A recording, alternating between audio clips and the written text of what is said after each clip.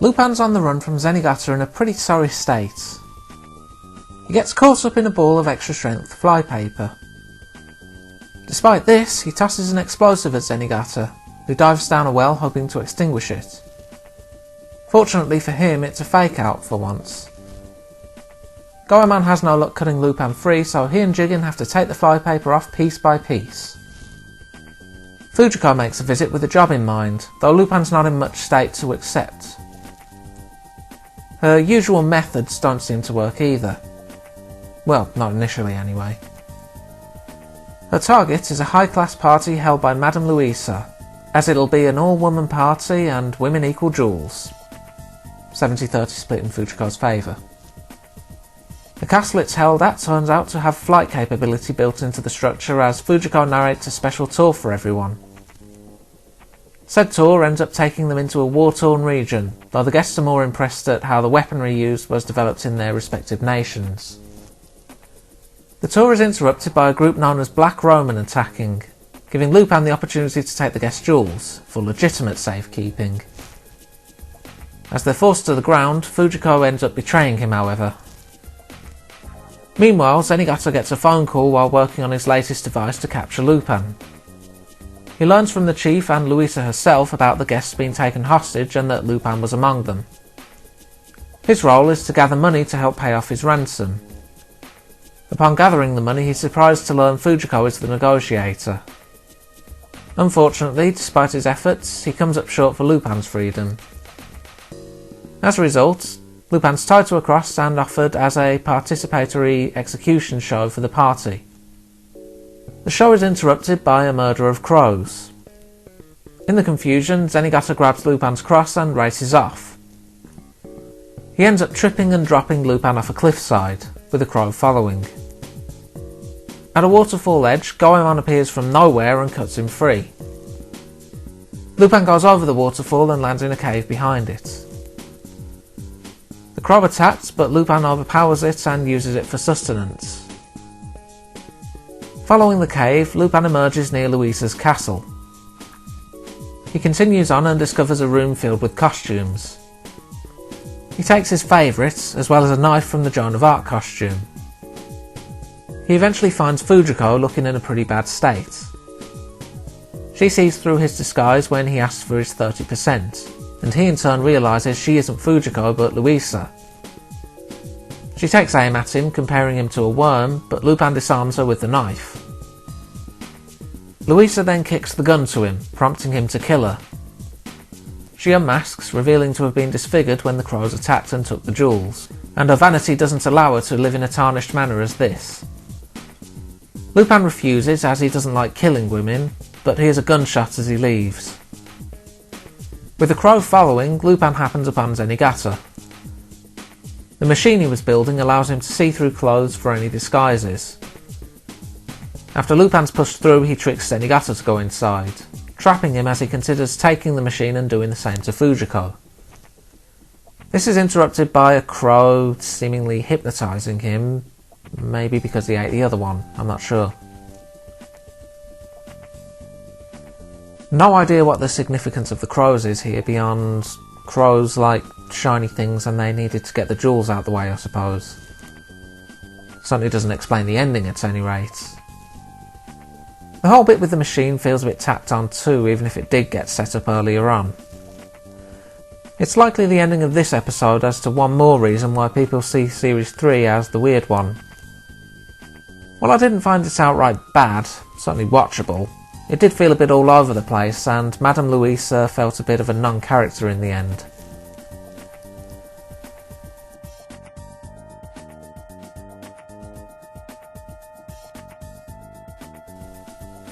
Zenigata's on a stakeout as some ransom money is being transported to Central Park. An old man, okay, Lupin in disguise, makes the connection, pointing out a newspaper article about a wealthy woman named Alda being kidnapped. He then makes off with the money, suggesting he's the kidnapper. The van has a tracker, so Zenigata's not completely lost. They lose the signal when it drives into a truck, however. Lupin's partner, a blonde woman, thanks him for helping transport the money. She then snaps her fingers as if to break him out of a trance and has a henchman knock him out as Zenigata arrives. Strangely, Lupin has no memory of stealing the money or of anyone named Alda. An officer then comes in and reveals Alda has been freed, though she claims that Lupin was indeed the kidnapper. Lupin's locked up and told he'll be given the death penalty. A priest is escorted to Lupin, but it turns out to be Jigen and Goemon, who smuggle Lupin to safety. As they watch a newscast on Alda, Lupin ponders losing his memory of the past 3 days. His eyes turn to a clock and he recalls the woman hypnotising him. Upon his description of her dragonfly pendant, Jigen tells him that Fujiko has recently acquired a pendant fitting that description. Fujiko meets with Alda, revealing they staged the entire kidnapping as part of a bet, largely because Alda wants Fujiko as a bride for her son Ron. Lupin listens in, though he gets caught by the henchman from earlier. As he escapes, via tickling, Alda turns their attention to Fujiko, planning to use her to draw Lupin out and give Ron what he wants. Lupin decides to take the bait, entering Alda's home through the sewers. As Ron gets a bit too affectionate with a mannequin dressed as Fujiko, Lupin enters his room. Alda's keeping watch on the situation, however. Lupin taunts her before scrambling her camera feed briefly. Alda then springs a trapdoor on him, leading to his arrest again. Ron tries winning Fujiko over again.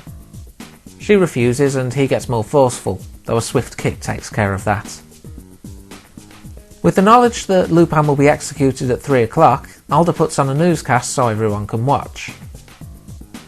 Zenigata serves as executioner, promising to tend to Lupin's grave after he's gone. Fujiko's left in despair as the execution goes ahead. When Ron points a gun at her to force her into marriage, she tells him she'd rather die anyway. Ron then switches to Lupin's voice, unmasking, and reveals that when he sabotaged Alda's camera, he hypnotised Ron into thinking he was Lupin. The execution was all fake too, staged by Jigen and Goemon, plus the rope was long enough for Ron to survive. The gang make off with Alda's fortune, with Jigen rolling his eyes upon learning that Lupin hypnotised Fujiko to be more affectionate towards him. Another episode that goes in heavy on the slapstick. I've seen weirder ways for parents to get someone for their child to marry than Alda's plan, I suppose. I get the feeling that if this was a manga story or maybe early series 1, Lupin might not have been so kind as to let Ron live. Probably end up paying for hypnotising Fujiko later on too, though to be fair she did it first.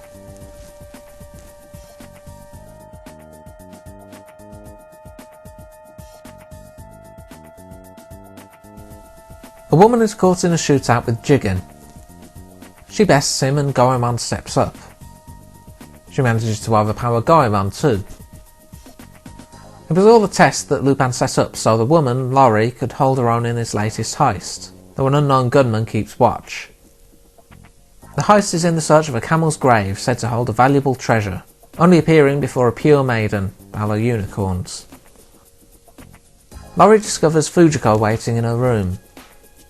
She takes Lori's place in a bid to learn what Lupin's up to. Thanks to a truth drug, she learns of the treasure, though isn't pleased at the implication she's not a pure maiden. Later, Jigen and Goemon are woken up by an explosion coming from Lupin's room. He and Lori left early, so they're safe. A bounty is on Lupin's head, however, with an assassin named Bruce looking to claim the money. The plane has been sabotaged, forcing Lupin and Lori to bail out. The jeep they use to get the rest of the way is almost burned out too, but thankfully they reach an oasis. From there, Lupin plans to hire a camel. Bruce takes a shot at Lupin, and while he misses, he opens a cage containing a puma. Lupin avoids an attack thanks to some backup from Lori using one of Goemon's techniques. At this, Bruce opens fire. He then ups the ante with a missile payload, forcing Lupin and Lori into hiding. He's only targeting Lupin, promising to let Lori live. Lupin is chased to high ground and ends up saved by Laurie firing at Bruce just as he's about to mention who hired him. Thanking Laurie for her help, they head out to the desert by camel, finding the treasure ahead.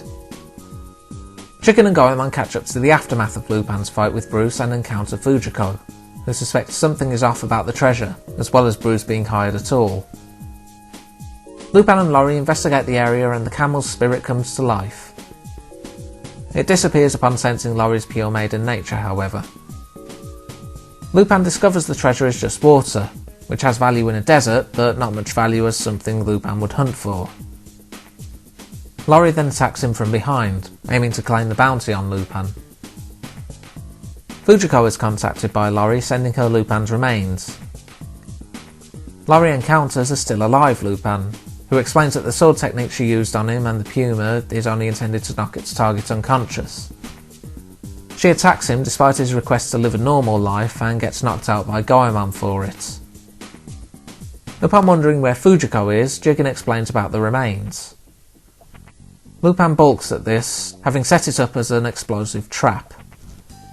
She's probably fine, not like she hasn't survived one of his explosions before. Nothing too standout in this episode, but nothing bad either.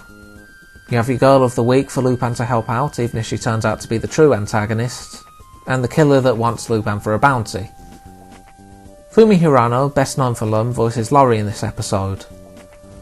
Oddly enough, not the last time she voiced a character in Lupin, which also has a desert as a setting and is in the era of Lupin in pink.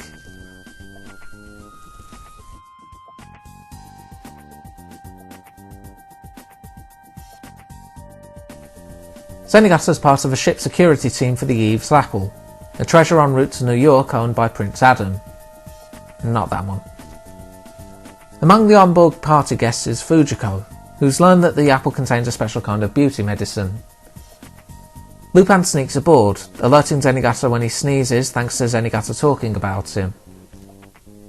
Zenigata's fevered searching causes him to fall overboard, though he's caught by Lupin before he becomes shark food.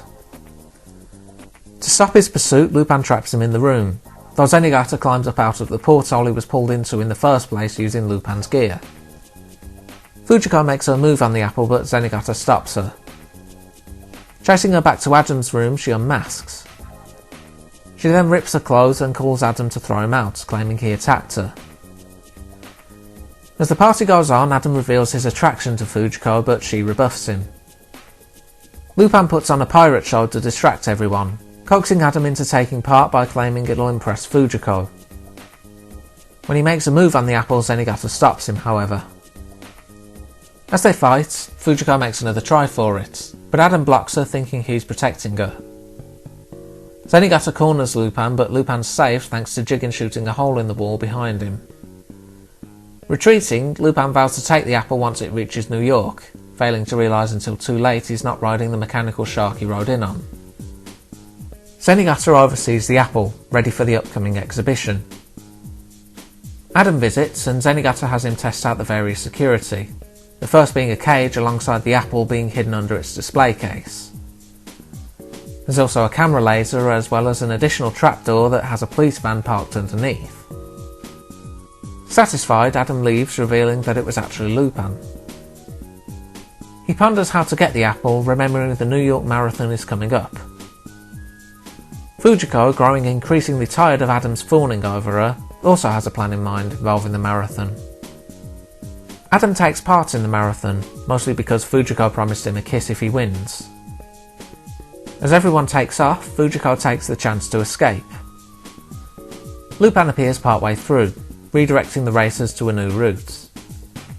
Said route eventually has them end up in the museum where the apple is displayed.